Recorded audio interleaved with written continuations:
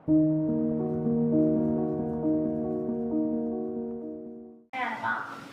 Bible පදයක් ගීතාවලිය 23:12 ස්වකීය දෙවියන් වහන්සේ කොට ස්වාමීන් වහන්සේ ඇතුළුව සිටින ජාතියන උන්වහන්සේ විසින් ස්වකීය උරුමයකට තෝරාගත් සෙනගද ආශිර්වාද ලද්දෝය. අපි ආඥා කරමු සෑම මිනිසෙක්ම යේසුස් වහන්සේ ඔවුන්ගේ ජීවිතේ ස්වාමීන් වහන්සේ කරගන්න පිණිස බොහෝ මනුෂ්‍යයන් උන්වහන්සේව ඔවුන්ගේ උරුමය ලෙස තෝරාගෙන අවසానයි. උන්වහන්සේ රාජ්‍යයට පැමිණෙන ඒ වෙනුවෙන් මනුෂ්‍යයන්ට තව අවස්ථා දී තිබෙනවා. අපි යාඥා කරමු මනුෂ්‍යයන්ගේ සිත් සුබ ආරංචි. අද මාතෘකාව තමයි උන්වහන්සේ අපට දී ඇති ජීවිතේ. අද මාතෘකාව උන්වහන්සේ අපට දී ඇති ජීවිතේ. අපි බලමු යෝහාන් 10:10. සොරා එන්නේ සොරකම් කරන්නට, මරන්නට, විනාශ කරන්නට පමණක්ය. මා ආවේ ඔවුන්ට ජීවනය ලැබෙන පිණිසත්, එය අධික ලෙස ලැබෙන පිණිසත්ය. යේසුස් වහන්සේ මෙලොවට පැමිණියේ මන්දේ බොහෝ දෙනෙකු නොදනිති. උන්වහන්සේ දේශනයක් ලෙස ඊශ්‍රායලයට ක්‍රියා කිරීමට පැමිණි දෙය හා මුළු ලෝකයේ උදෙසාම උන්වහන්සේ කැමැති දේ අතර වෙනසක් ඇත. මුළු ලෝකයට උන්වහන්සේ සම්පූර්ණයෙන්ම දීමට පැමිණිසේ.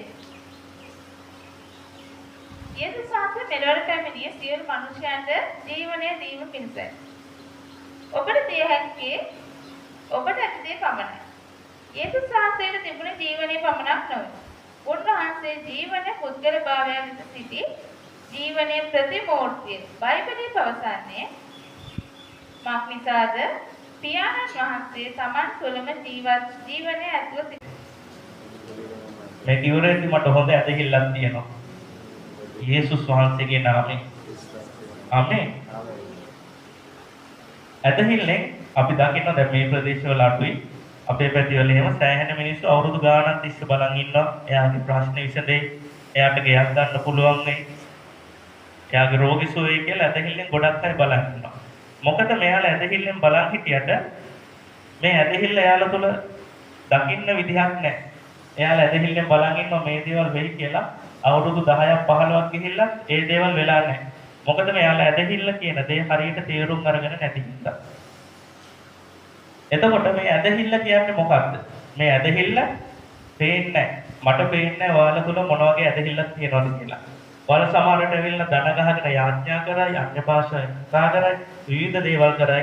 නමුත් මට පේන්නේ ඔයාලා තුල මොන වගේ ඇදහිල්ලක් තියෙද කියලා. හල්ලුයා. මේක ආත්මික තලයේ තියෙන දෙයක්. සමහර වෙලාවට කෙනෙක් ඇවිල්ලා කියන්න පුළුවන් මට හොඳ ඇදහිල්ලක් තියෙනවා දෙවියන් වහන්සේ තුල. මට හොඳ ඇදහිල්ලක් මගේ ඇදහිල්ලට සම කරන්න ඇදහිල්ලක් නැහැ කාගාවත් කියලා කියන්න පුළුවන්. නමුත් මේ ඇදහිල්ල දකින්නේ මම නෙවෙයි දෙවියන් වහන්සේ. හල්ලුයා. ඒ වගේ හොඳ ඇදහිල්ලක් තියෙනවා නම් එයාට පට ගාලා වැඩ සිද්ධ වෙන්න ඕනේ. එයාගේ ප්‍රශ්න මෙහෙම කරද්දි විසඳෙන්න ඕනේ. ඒ වුණාට එහෙම හොඳ ඇදහිල්ලක් නැහැ ගොඩක් අය. මොකද මෙයාලා ඇදහිල්ල කියන වචනේවත් හරියට තේරුම් අරගෙන නැති හින්දා. හල්ලුයා. මෙයාලා ඇදහිල්ල කියන වචනේවත් හරියට තේරුම් අරගෙන නැහැ. ඒ හින්දා ඇදහිල්ල ඇහුවොත් කියනවා මට හොඳ ඇදහිල්ලක් තියෙනවා කියලා. ඇහුවාම කියනවා මම හොඳට යාඥා කරනවා කියලා. නමුත් ජීවිතේ දේවල් වෙන්නේ නැහැ. එහෙනම් අද අපි බලන්න යනවා ඇදහිල්ල කියන්නේ මොකක්ද කියලා.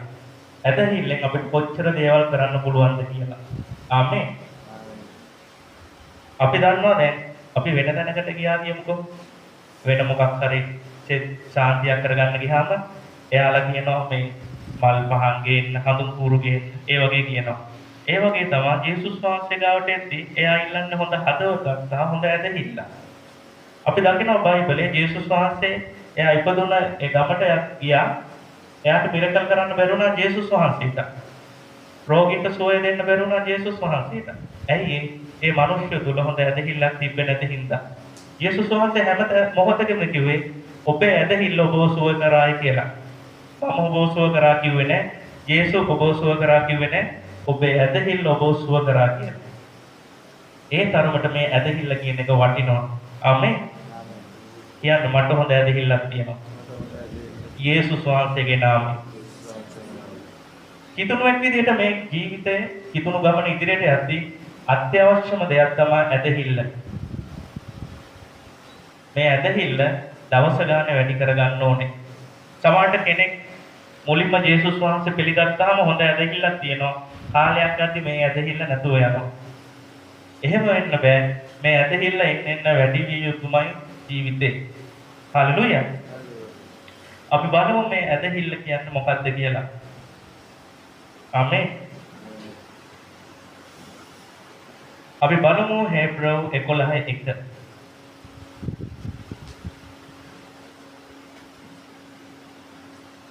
ඇදහිල්ල නම් බලාපොරොත්තු වන දේවල් ගැන සහතිකය. ඇදහිල්ල කියන්නේ අපි ජීවිතේ මොනවද බලාපොරොත්තු වෙන්නේ? යේසුස් වහන්සේව අදහලා. සමහර කෙනෙක්ට පුළුවන් එයාගේ ප්‍රශ්න විසඳේ කියලා බලාපොරොත්තු වෙන්න පුළුවන්. සමහර කෙනෙක්ට පුළුවන් එයාගේ රෝගී සුව වෙයි කියලා බලාපොරොත්තු වෙන්න. මෙතන කියනවා ඇදහිල්ල නම් බලාපොරොත්තු වන දේවල් ගැන සහතිකය. ඔබ යේසුස් වහන්සේ තුළට ඇවිල්ලා ඔබ බලාපොරොත්තු වෙන දේවල් වලට සහතිකයක් තියෙනවා මේ දේ ඉෂ්ට වෙනවා කියලා. ඒකට තමයි ඇදහිල්ල කියන්නේ. හලෙලූයා. එහෙනම් ඔබ යේසුස් වහන්සේ ගාවට එන්න ඕනේ. අනිවාර්යයෙන්ම යේසුස් වහන්සේ ගාවට එන්න ඕනේ ඔබ. මගේ ඇදහිල්ල මාව සුව කරනවා. මගේ ඇදහිල්ල මාව සාර්ථක කරනවා. හලෙලූයා. එහෙනම් ආයි කියන්න එපා. ස්වාමීන් වහන්සේ කැමතිසේක් නම් මට ආශිර්වාද කරන්න. ස්වාමීන් වහන්සේ කැමතිසේක් නම් මගේ ජීවිතයට සැනසීම දෙන්න. හලෙලූයා. එහෙම කියන ගොඩක් කිතුණු අපිට හම්බෙලා තියෙනවා. අවුරුදු ගානක් තිස්සේ යාලා එකම තැන ජීවත් වෙන්නේ. මොකද ස්වාමීන් වහන්සේගේ කැමැත්ත දෙන වෙලාව ඇවිල්ලා නැහැ. කෙනෙක් කුලියට ඉන්නව වෙන්න පුළුවන්. එයා කියන්න පුළුවන් ස්වාමීන් වහන්සේ කැමතිසේක් නම් මට නිවසක් දෙන්න. එයා කියලා ඉන්නවා ස්වාමීන් වහන්සේ කැමති නැහැ. 2025 කැමති නැහැ. 2026 කැමති නැහැ. 2040 දී ස්වාමීන් වහන්සේ කැමති වෙලා දෙනවා. ගියා. වැඩක් තියද?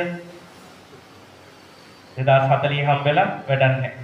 නැත්නම් කෙනෙක් මෙහි ඉන්න කෙනෙක් කියන්න පුළුවන් එල්පිටිය පිටිකල ඉන්න කෙනෙක් කියන්න පුළුවන් ස්වාමීනි මට ඉඩමක් නැහැ.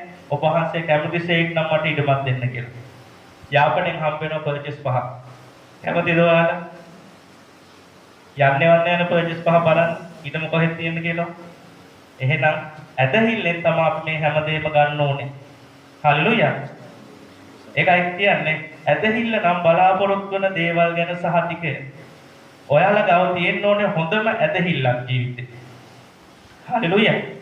සමහරට පුස් සයිකලේ යනවා වෙන්න පුළුවන් හොඳම ඇදහිල්ලක් තියෙන්න ඕනේ මං කාර් එකකට යනවා කියලා. හල්ලුයා. සමහර විට චූටි ගයක් හදාගෙන ගල් දෙකක් තියාගෙන ඉන්න පුළුවන් හොඳ ඇදහිල්ලක් තියෙන්න ඕනේ මං කට්ටු දෙකට ගහනවා කියලා. හල්ලුයා. මේක තමයි ඇදහිල්ල. ඇදහිල්ල කියන්නේ හොඳම දේ ජීවිතේ. සමහරට දරුවට ඉගෙන ගන්න බැරි වෙන්න පුළුවන්. ඒ වුණාට හොඳම ඇදහිල්ලක් තියෙන්න ඕනේ. මගේ දරුවා ජීවිතේ හොඳම තැනකට එනවා. හලෙලූයා. ඇදහිල්ල කියන්නේ මේකයි. ඔබගේ ඇදහිල්ල ඔබගේ උවමනාව තියෙනවා නම් ඉහළම තැනකට යන්න ඒ දේ ඉෂ්ට කරනවා කියලා බයිබලයේ කියලා තියෙනවා. හලෙලූයා. දෙවියන් වහන්සේ ඇග්‍රීමන්ට් එකක් ගහලා ඔයාලට දෙනවා සර්ටිෆිකට් එක. පුතා ඔයාගේ ඇදහිල්ල හොඳයි. ඔයාට හම්බ වෙනවා මේ දේ. ඔයාට හොඳ සුවයක් ලැබෙනවා. හල්ලුයා. හිතුනෝ විදිහට තව දෙයක් තමයි ජීවිතේ තියෙන යේසුස් වහන්සේ අපි ආඥා කළා එයාගේ රෝගය සුව වුණාට පස්සේ මෙයාලගේ ඒ රෝගේ සුව වුණාට පස්සේ මෙයාලා ඉන්නවා ප්‍රශ්නයක් නැහැ. තව රෝගයක් නැතුනොත් ස්වාමීන් වහන්සේ මට සුවය දෙයි කියලා. අපි හිතමු කෙනෙක් ඉන්නේ ගෙඩියක් තියෙනවා ඒක යාඥා කරලා අතුරුදහන් වෙනවා. ඊට පස්සේ මෙයා විශ්වාස කරනවා ප්‍රශ්නයක් නැහැ ස්වාමීන් වහන්සේ මට මේකට සුවය දුන්නා. තව රෝගයක් හැදුනොත් මට සුවය දෙයි කියලා හිතනවා. හැම මොහොතකම අපේ ඇදහිල්ල තියෙන්න ඕනේ ස්වාමීන් වහන්සේ ඔබට සුවය දුන්නාට පස්සේ ආයෙ ලෙඩ නොවි ඉන්න. හල්ලුයා. ආයෙ රෝගයකට යාඥා කරගන්න නෙවෙයි හැම මොහොතකම ඇදහිල්ල තියෙන්න ඕනේ යේසුස් වහන්සේගේ නාමයෙන් මා තුළ දිව්වේ මේ සුවය තියනවා කියලා. හල්ලුයා. ආයෙ ලෙඩ නොවි ඉන්න තමයි අපි උත්සාහ කරන්න ඕනේ ජේසුස් වහන්සේ තුළ. මොකද හැම රෝගයකටම යාඥා කරලා සමහර රෝග සුව වෙනවා, සමහර ඒවා සුව වෙන්නේ නැහැ. මොකද තමන් බලාපොරොත්තු වෙනවා හැම රෝගයකටම පාස්ට් ඇවිල්ලා යාඥා කරයි ඔළුවේ අත තියලා යාඥා කරාම සුව වෙයි කියලා. එහෙම නැහැ. අපිට රෝගයකට සුව වුණාට පස්සේ, සුව ලැබුණාට පස්සේ අපිට ඕන ඇදහිල්ලක් තියෙන්න ඕනේ. ආයේ මම ලෙඩ වෙන්නේ නැහැ කියන ඇදහිල්ල. හල්ලුයා. ලෙඩ වෙලා දුක් විඳිනවට වැඩිය ලෙඩ නොවි ඉන්න එක කොච්චර වටිනවද ස්වාමීන් වහන්සේ තුල. හල්ලුයා. මෙතන කියනවා ඇදහිල්ල නම් බලාපොරොත්තු වෙන දේවල් ගැන සහතිකය. නොදන්නා දේවල් ගැන ඔප්පුවයි. හල්ලුයා. සමහරට ඔබ දැකලා නැතුව ඇති ඔබ ගේ හදලා ඉවර වෙලා තියෙනවා. සමහරට ඔබ පුස්සයිකලේ යද්දී ඔබ දැකලා නැතුව ඇති ඔබ කාර් එකක යනවා. හල්ලුයා. නමුත් ඔබ ඇදහිල්ලෙන් ඒ තැන ඉන්නවා නම් අනිවාර්යෙන් ඒක ලැබෙනවා කියලා ඔප්පුවක් ඔබට ලැබෙනවා. හල්ලුයා ස්වාමින් වහන්සේ තුල. ඔබ ඉඩමක් කරන් නැතුව ඇති. නමුත් ඔබ ඉඩම ගන්නවා කියලා ඔප්පුව ලැබෙනවා ස්වාමින් වහන්සේ තුල. හල්ලුයා. එහෙනම් ඇදහිල්ල කියන්නේ වචනය නෙවෙයි වචනයට එහාට ගිය ඒ වචනයෙන් එහාට ගිය දෙයක් තමයි ඇදහිල්ල කියන්නේ. ඒක තමයි අපිට අවශ්‍ය දේවල් අපිට නොපෙනෙන දේවල් අපිට ලැබුණා කියලා හිතන එක තමයි ඇදහිල්ල. හල්ලුයා. සමහරට ඔබ ඉන්න කල්පතේ වෙන්න පුළුවන්. ඔබ දකින්න ඕනේ මම ඉන්නවා ජේසුස් වහන්සේ තුල හොඳම ගෙදරක. සමහරට ඔබ ව්‍යාපාරේ වැටිලා තියෙන්න පුළුවන්. බිස්නස් නැතුව තියෙන්න පුළුවන්. නමුත් ඔබ දකිනවා ජේසුස් වහන්සේ තුල ඔබගේ ව්‍යාපාරේ සාර්ථක වෙලා සඵලවත් වෙලා තියෙනවා. මේක තමයි ඇදහිල්ල කියන්නේ. ආමේන්. එහෙනම් ඇදහිල්ල කියන එක වචනයකට සීමා කරන්න එපා. වචනයකට සීමා කරොත් ජීවිතේ හැමදාම දෙවියන් වහන්සේගේ කැමති වෙලාව වෙනකන් ඉන්න වෙනවා. ඇදහිල්ල කියන්නේ අපිට නොලැබුණ දේවල් අපිට අවශ්‍ය දේවල් ලැබුණා වගේ ජීවිතේ හිතන එක. හල්ලුයා. අපි බලමු තවත් බයිබල් පදයක් යාකෝබ් 2:14.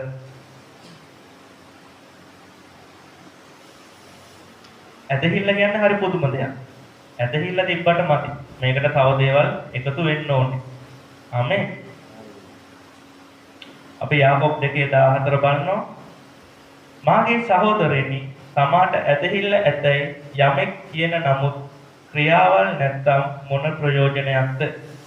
ඒ ඇදහිල්ල නිසා ඔහුට ගැලවෙන්නට පුළුවන්ද? හල්ලුයා. මෙතන කියනවා මාගේ සහෝදරයනි, තමාට ඇදහිල්ල ඇතැයි යමෙක් කියන නමුත් අපි ඔක්කොම කියනවා අපිට හොඳ ඇදහිල්ලක් තියෙනවා කියලා. තමාට ඇදහිල්ල ඇතැයි යමෙක් කියන නමුත් ක්‍රියාවල් නැත්තම් මොන ප්‍රයෝජනයක්ද? ඒ ඇදහිල්ලෙන් අපේ ක්‍රියාව නැත්තම් ප්‍රයෝජනයක් මොන ප්‍රයෝජනයක්ද? ඒ ඇදහිල්ල නිසා ඔහුට ගැලවෙන්නට පුළුවන්ට. හල්ලුයා. ඒකයි අපි ගොඩක් අය දකින්නේ. එයාලා කියනවා මට හොඳ ඇදහිල්ලක් තියෙනවා කියලා. නමුත් ජීවිතේ එකම තැන.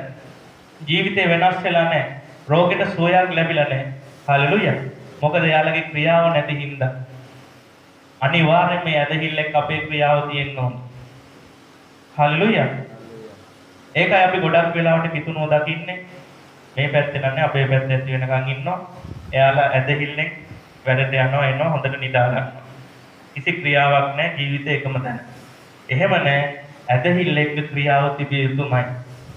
එතකොට මොකද්ද මේ ක්‍රියාව කියන්නේ? ක්‍රියාව කියන්නේ මොකද්ද? සමහරට කෙනෙක්ට ඉන්න ඉඩමක් නැතුව වෙන්න පුළුවන්. කුලියට ඉන්නව වෙන්න පුළුවන්. ක්‍රියාව මොකද්ද? ගිහිල්ලා බලන්න ඉඩමක්. අතේ සල්ලි තියෙන්න අවශ්‍ය නැහැ. ඇදහිල්ලෙන් ගිහින් බලනවා ඉඩමක්. සමහරට පුස්තයිකලේ යන්න වෙන්න පුළුවන්. ඇදහිල්ලෙන් ගිහින් බලන්න. සේල් එකට ගිහින් බලන්න. බයික් එකක්, ත්‍රී වීලර් එකක් බලන්න. හල්ලුයා. ක්‍රියාව කියන්නේ මේකට. තමන්ගේ දරුවා හොඳට ඉගෙන ගන්න නැති වෙන්න පුළුවන්. නමුත් ක්‍රියාව මොකද්ද? ජේසුස් වහන්සේගේ නාමයෙන් මගේ දරුවා හොඳම තැනකට එනවා. හල්ලුයා. මේ ඇදහිල්ලක ක්‍රියාව තියෙන්න ඕනේ. ගේ බාගෙට හදලා නැත්නම් ගේ හදලා ඊටම අරන් ගේ හදන්න විදිහක් නැති වෙන්න පුළුවන්. යන්න හાર્ඩ්වෙයාර් එකට ගිහින් බලන්න වැලි කීයද, ගල් කීයද, සිමෙන්ති කීයද? හල්ලුයා. ඇදහිල්ලක ක්‍රියාව තියෙන්න ඕනේ. ඔබ උනන්දු නම් තමයි ඔබට දෙවියන් වහන්සේ උනන්දුවෙන් සපයන්නේ. හාලෙලූයා. මොකද දෙවියන් වහන්සේට උවමනාවක් නැහැ ඔබට බලෙන් එන දේවල් දෙන්න. ඔබගේ ඇදහිල්ල එක්ක ක්‍රියාවක් තියදී තමයි දෙවියන් වහන්සේ දෙන්නේ. උන්වහන්සේ බලනවා මේ මගේ දරුවට කොච්චර උවමනාවක් තියද ගේ හදාගන්න. මගේ දරුවට කොච්චර උවමනාවක් තියද වාහනයක් ගන්න. හලෙලූයා. මේක බලලා උන්වහන්සේ ඉක්මනටම සපයන ඔබට. එහෙනම් ඇදහිල්ල එක්ක ක්‍රියාව අනිවාර්ය දෙයක්. හලෙලූයා. ක්‍රියාව නැති ඇදහිල්ල වැඩක් නැහැ කියලා බයිබලයේ කියනවා.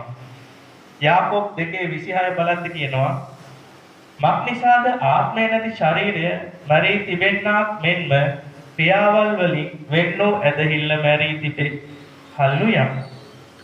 මක්නිසාද ආත්මය නැති ශරීරය මරී තිබෙන්නාක් මෙන්ම ශරීරයෙන් ආත්මය වෙන් වුණාම ඒ මනුෂ්‍යයා මැරෙනවා. ක්‍රියාවල් වලින් වෙන්නෝ ඇදහිල්ල ක්‍රියාවලින් වෙන් වූ ඇදහිල්ල මරී තිබේ. හල්ලුයා. ක්‍රියාව නැතුව ඇදහිල්ල විතරක් තියෙනවා නම් ඒ ඇදහිල්ල මැරිලලු තියෙන්නේ. ඒකයි ගොඩක් අය කියන්නේ මට හොඳ ඇදහිල්ලක් තියෙනවා කියලා එයාලා අවුරුදු ගාණක් ඉන්නේ ඒකයි. ක්‍රියාව නැති හින්දා ඒ ඇදහිල්ල මැරිලා තියෙන්නේ. හලෙලුයා. එහෙනම් කියන්න මගේ ඇදහිල්ල මැරිලා නැහැ. මගේ ඇදහිල්ල එක්ක මගේ හොඳ ක්‍රියාවක් තියෙනවා. ඒ ක්‍රියාව තුළ මම සාර්ථක වෙනවා. හලෙලුයා. ඇදහිල්ල එක ක්‍රියාව තිබීම අනිවාර්යයි. අද එහෙනම් ඔයාලගේ එක කාරණාවක් ජීවිතයේ අත්‍යවශ්‍යම කාරණාවක් හිතට ගන්න. ජීවිතේ අද දවසේ අත්‍යවශ්‍යම කාරණාවක් හිතට අරගෙන මේක ඇදහිල්ලෙන් දකින්න. මේ කාරණාව ඔබගේ ඉෂ්ට වෙලා තියෙනවා කියලා. හලෙලුයා. මේක ඇදහිල්ලෙන් දැකලා අද අපි මේ වෙනුවෙන් කතා කරනවා. සමහරවිට ඔබට ඉඩමක් නැත්නම් අද නැත්නම් හෙට පාරයක් ඉඩමක් තිබ්බෝ විකුණන් තිබ්බෝ ගිහින් බලන ඇදහිල්ලේ. සමහරවිට ඔබට වාහනයක් නැත්නම් ගිහින් බලන්න ඇදහිල්ලේ. මේ එකම ක්‍රියාව සහ අපේ යාඥාව එක්ක මේ හැමදේම ඔබගේ සාර්ථක වෙනවා ඔබට ලැබෙනවා. හලෙලුයා. මක්නිසාද ආත්මය නැති ශරීරය මැරී තිබෙන්නාක් මෙන් අද ඉඳන් මැරිච්ච කිතුණු වගේ ජීවත් වෙන්න එපා.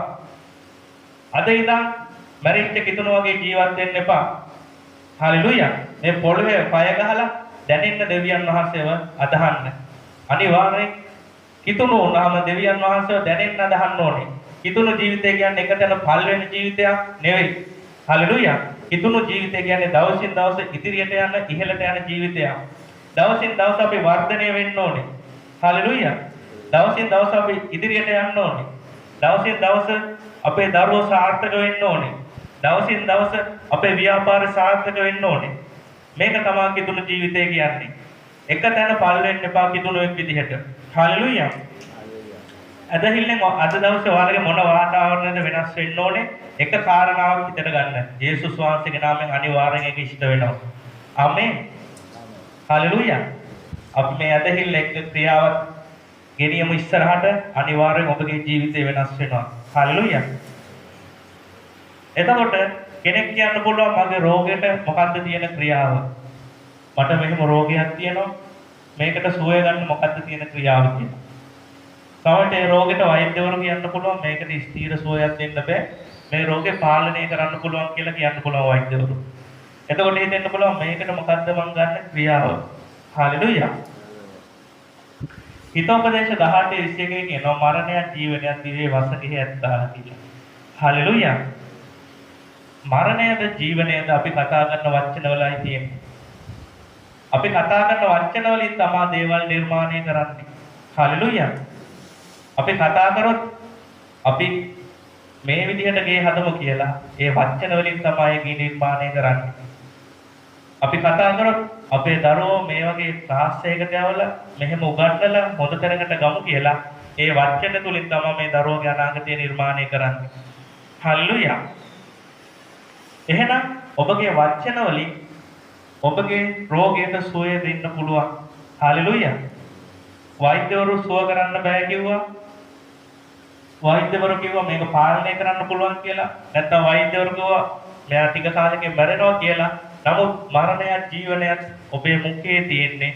ඔබගේ වචන වලින් පුළුවන් ඔබට අවශ්‍ය ජීවනය දෙන්න. හලෙලුයා. යේසුස් වහන්සේ අදහලා මරණය ප්‍රතික්ෂේප කරන්න. මරණය කියන්නේ අපේ ශරීරය මරණ එක විතරක් නෙවෙයි. මරණය අපිට ආකාර ගොඩකින් දකින්න පුළුවන්. එකක් අපේ ශරීරය මැරෙනවා. එකක් අපේ ව්‍යාපාර වැටෙනවා. එකක් අපේ පවුල අසාර්ථක වෙනවා. අපේ දරුවෝ වැටිලා යනවා. මරණය කියන්නේ හැමතැනින්ම වැටීම. හල්ලුයා. ශරීරය මරණ එක විතරක් නෙවෙයි මරණය කියන්නේ. යේසුස් වහන්සේ අදහලා මරණය ප්‍රතික්ෂේප කරන්න එහෙනම් අවශ්‍ය මුල්ම දේ තමයි ඔබගේ වචන නිවැරදි කරගන්න එක. හල්ලුයා. හැම මොහොතකම ජීවනයේ වචන කතා කරන්න. ජීවිතේ වැටිලාම නම් ඉන්න කමන්නේ ජීවනයේ වචනේ කතා කරන්න. අනිවාර්යෙන් ජීවනය ඔබට ලැබෙන්න යනවා. යේසුස් වහන්සේ තුල ඒ ජීවනය ඔබ අත්දකින්න යනවා. හල්ලුයා. එහෙනම් ඔබගේ රෝගවලට ක්‍රියාව තමයි ඔබ කතා කරන එක. ඔබගේ රෝගවලට යාඥා කරනවා වගේම කතා කරන්න. ඔබ විනාඩි 10ක් යාඥා කරනවා විනාඩි 10ක් කතා කරන්න. හල්ලුයා. ඇදහිල්ල එක්ක මේ ක්‍රියාව එකතු වෙලා ඔබට සෝය ලැබෙන්න යනවා. ඇදහිල්ල එක්ක මේ ක්‍රියාව එකතු වෙලා ඔබ සාර්ථක වෙන්න යනවා. ආමේන්. හල්ලුයා. දැන් කෙනෙක් කියන්න පුළුවන් මම ව්‍යාපාරයක් පටන් ගත්තා. ඔබ ජේසුස් වහන්සේ අදහන කෙනෙක්. මම ජේසුස් වහන්සේව අදහනවා මම ව්‍යාපාරයක් පටන් ගත්තා. පටන් ගන්න ටික දවසක් යද්දී තව මිනිස්සු ව්‍යාපාර පටන් ගන්නවා. මම පටන් ගත්ත එකම තව මිනිස්සු පටන් ගන්නවා. ඒ තමයි කෙනෙක් කෑම කඩයක් දැම්මා. තව වටේම මිනිස්සු කෑම කඩ දානවා. දැන් මොකෝ කරන්නේ? තියෙන බිස්නස් අඩු වෙනවා. නමුත් ඔබ අමතක කරන්න එපා ඔබ ඉන්නේ ජේසුස් වහන්සේ තුල. හලෙලුයා. අර මිනිස්සු ජේසුස් වහන්සේ තුල නෙවෙයි ඉන්නේ. දැන් ප්‍රදීප් සහෝදරයා දන්නවා. එයාට වෙච්ච දේවල් තාස්කම්. හලෙලුයා. යේසුස් වහන්සේ තුල ඉන්නේ කවුරු මොනවා කිව්වත් ව්‍යාපාරයට මිනිස්සු වෙනවා. හලෙලුයා. එහෙම තමයි. එහෙනම් ඔබ කෑම කඩයක් දාගත්තා. හොඳට බිස්නස් තිබ්බා. ටික කාලයක් යද්දි තව වටේම කෑම කඩ දානවා. සිංහලයේ හැටි එහෙමනේ. එක හන්දියක බඩේරිකු දැම්මුවොත් දිගටම බඩේරිකු දාන්න. එක තැනක දොඩම් බීම හැදුවොත් දිගටම දොඩම් බීම හදන. සිංහලයම අර ජරාම මනුස්සයා කියලා කියනවානේ. හලෙලුයා. එහෙනම් ඔබ ජේසුස් වහන්සේ තුල ඉඳන් කෑම කඩයක් දානවා. තවත් දිගටම මිනිස්සු කෑම කඩ දානවා. හලෙලුයා. මේවා තමයි බයිබලයේ තියෙන එළිදරම්. ලියලා තියාගන්න. අපි බලනවා හේබ්‍රෝ 11:29.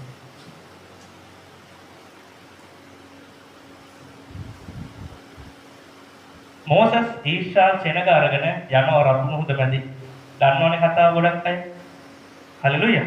හේබ්‍රෝ 11:29 බලනවා. ඇදහිල්ලෙන් ඔහු රතු මුහුද මැදි පියලි බිමින් මෙන් ගියෝය. හලෙලුයා. මෝසස් රතු මුහුද දෙබෑ කරලා ඇදහිල්ලෙන් මෙයාලා ගියා වියලි බිමෙන් වගේ. හලෙලුයා. මුහුද මැදින් ගියා. මුහුදේ වතුර දෙපැත්තට ඇවිල්ලා මෙයාලට යන්න පාර හදලා දුන්නා. හලෙලුයා. ඔබ කරන දේට දෙවියන් වහන්සේ එහෙම තමා කරන්නේ. මොන අමාරුවක් මොන අසීරුතාවක් ඔබ දැක්කත් දෙවියන් වහන්සේ යන්න බෑ කියන හැමතැනකදීම ඔබට පාර හදලා දෙනවා. ඔබගේ ඇදහිල්ල තුල වියලි බිමෙන් වගේ යන්න. හලෙලුයා. ඔබ මඩ වගුරු වල වැටෙන්නේ නැහැ. ඔබට කටු පෑගෙන්නේ නැහැ. ගල් වල පය වදින්නේ නැහැ. දෙවියන් වහන්සේ මාර්ගය හදලා දෙනවා. මේ මෝසස්ට සායිෂා සෙනගට හදලා දුන්නා වගේ. හලෙලුයා. ඇදහිල්ලෙන් ඔහු රතු මුහුද මැදින් වියලි බිමෙන් ගියෝය. හලෙලුයා. එයාලා දෙවියන් වහන්සේ තුල ඉඳගෙන තමයි ඇදහිල්ලෙන් මේ ගමන ගියේ. රතු මුහුද දෙබෑ කරා. දෙබෑ කළා රතු මුහුද මැදින් මෙයාලා ඇවිදගෙන ගියා. හලෙලුයා. මේ කියනවා මිසරවරු එසේ කරන්න උත්සාහ කොට ගිලි මලෝය. ආමේන්. ආමේන්. හලෙලුයා. ඔබ දෙවියන් වහන්සේ තුල ඉඳන් ඔබ ව්‍යාපාරේ පටන් ගත්තා නම් තව මිනිස්සු ඔබට අභියෝගයක් වෙනවා නම් එයා දෙවියන් වහන්සේ තුල නැත්තම් එයාලා මිසරවරු වගේ තමයි. හලෙලුයා. ඔබ කරන දේ කරන්න ගිහිල්ලා එයාලා ගිලි මලෝය. ආමේන්. මේක තමයි ඇදහිල්ල කියන්නේ. හැම දෙයකම ස්වාමීනි මට මේක දෙන්න ස්වාමීනි අරක දෙන්න කියලා කියන්නේ නැතුව ඇදහිල්ල ශක්තිමත් කරගන්න ඒකම ක්‍රියාවක් තියාගන්න යේසුස් වහන්සේ තුල. ආමේන්. කොහොමද? පරණ ගිවිසුමේ මෙහෙම තියෙනවා. එතකොට කොහොමද? දැන් යේසුස් වහන්සේත් පොළොවට ඇවිල්ලා අපිට කොච්චර කරුණාවක් තියෙද එහෙනම්. එහෙනම් ඇයි අපි බය වෙන්න දේවල් කරන්නේ? අපි කිසි දෙයකට බය වෙන්න ඕනේ නැහැ. මොකද අපේ ඇදහිල්ල ශක්තිමත් නැහැ. ඒ ඇදහිල්ල එක්ක ක්‍රියාව අනිවාර්යෙන් තිබිය යුතුමයි. ආමේන්. ඇදහිල්ලෙන් ඔහු රතු මුහුද මැදින් වියලි බිම මෙන් ගිය ඔය මිශ්‍රවරු එසේ කරන්න උත්සාහ කොට ගිලී මලෝය. එහෙනම් ඔබට විරුද්ධව කෙනෙක් කරනවා නම් දේවල් ඔබගේ ව්‍යාපාරේ වටන්න හදනවා නම් ඔබගේ ජීවිතේ වටන්න හදනවා නම් ඔබගේ පෞල් ජීවිතයට වින කරනවා නම් බය වෙන්න එපා. ඔබ ඇදහිල්ලෙන් ඔබේ ගමන යන්නේ. එයාලා කිසි ඇදහිල්ලක් නැතුව ඔයාලා ෆලෝ කරගෙන ඇවිල්ලා එයාලා ගිලී මලෝය. හලෙලූයා.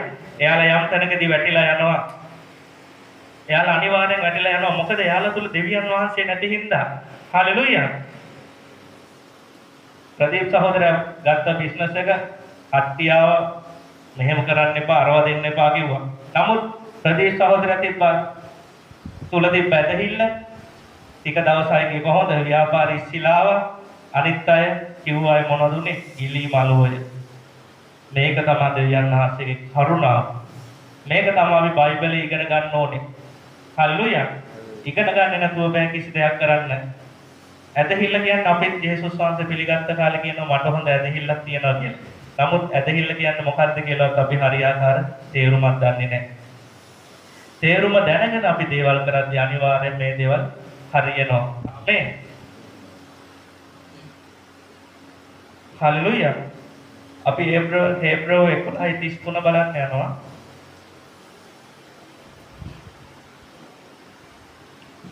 ඔහු ඇදහිල්ලෙන් රාජ්‍යය යටත් කළෝය. ධර්මිෂ්ඨකම් කළෝය. පොරොන්දු ලබා ගත්තෝය. සිංහයන්ගේ මුඛ පියවෝය. හල්ලුයා. දානියෙල් දානවා සිංහ ගුහාවට. හල්ලුයා. දානියෙල් ගාව තිබ්බ ඇදහිල්ලෙන් සිංහයන්ගේ මුඛ පියවුවා. සිංහයන්ට දානියෙල්ට නියපහරකවත් තුවාලයක් කරන්න හම්බුන්නේ නැහැ. හල්ලුයා. පරණ කිවිසුමේ ඇදහිල්ලෙන් ගහලා තියෙනවා.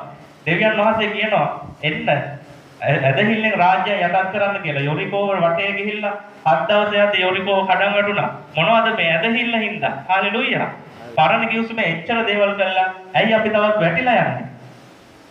අපිට කොහොම ඇදහිල්ලක් තියෙන්න ඕනේද? අපේ ඇදහිල්ල තව වැඩි වෙන්න ඕනේ. මොකද ජේසුස් වහන්සේ පොළොවට ඇවිල්ලා අපි වෙනුවෙන් කුරුසියේ මැරිලා උන්වහන්සේ දුන්න ජීවනයත් එක්ක අපිට කොච්චර ඇදහිල්ලක් තියෙන්න ඕනේද? හalleluya. අපගේ පාපයට කමාව දීලා අපගේ රෝගයට සුවය දීලා තියෙනවා නම් අපිට කොච්චර ඇදහිල්ලක් තියෙන්න ඕනද මේ කිතුණු ගමන යන්න? හalleluya. පරණ කිවිසුමේ අච්චර දේවල් කරන්න අපිට කොච්චර දේවල් කරන්න පුළුවන්ද? ඇදහිල්ලෙන්. හalleluya. කියන්න මංගාව හොඳ ඇදහිල්ලක් තියෙනවා. ඒ ඇදහිල්ල එක්ක මංගාව හොඳ ක්‍රියාව තියෙනවා. ක්‍රියාව නැති ඇදහිල්ලකින් වැඩක් නැහැ. හalleluya.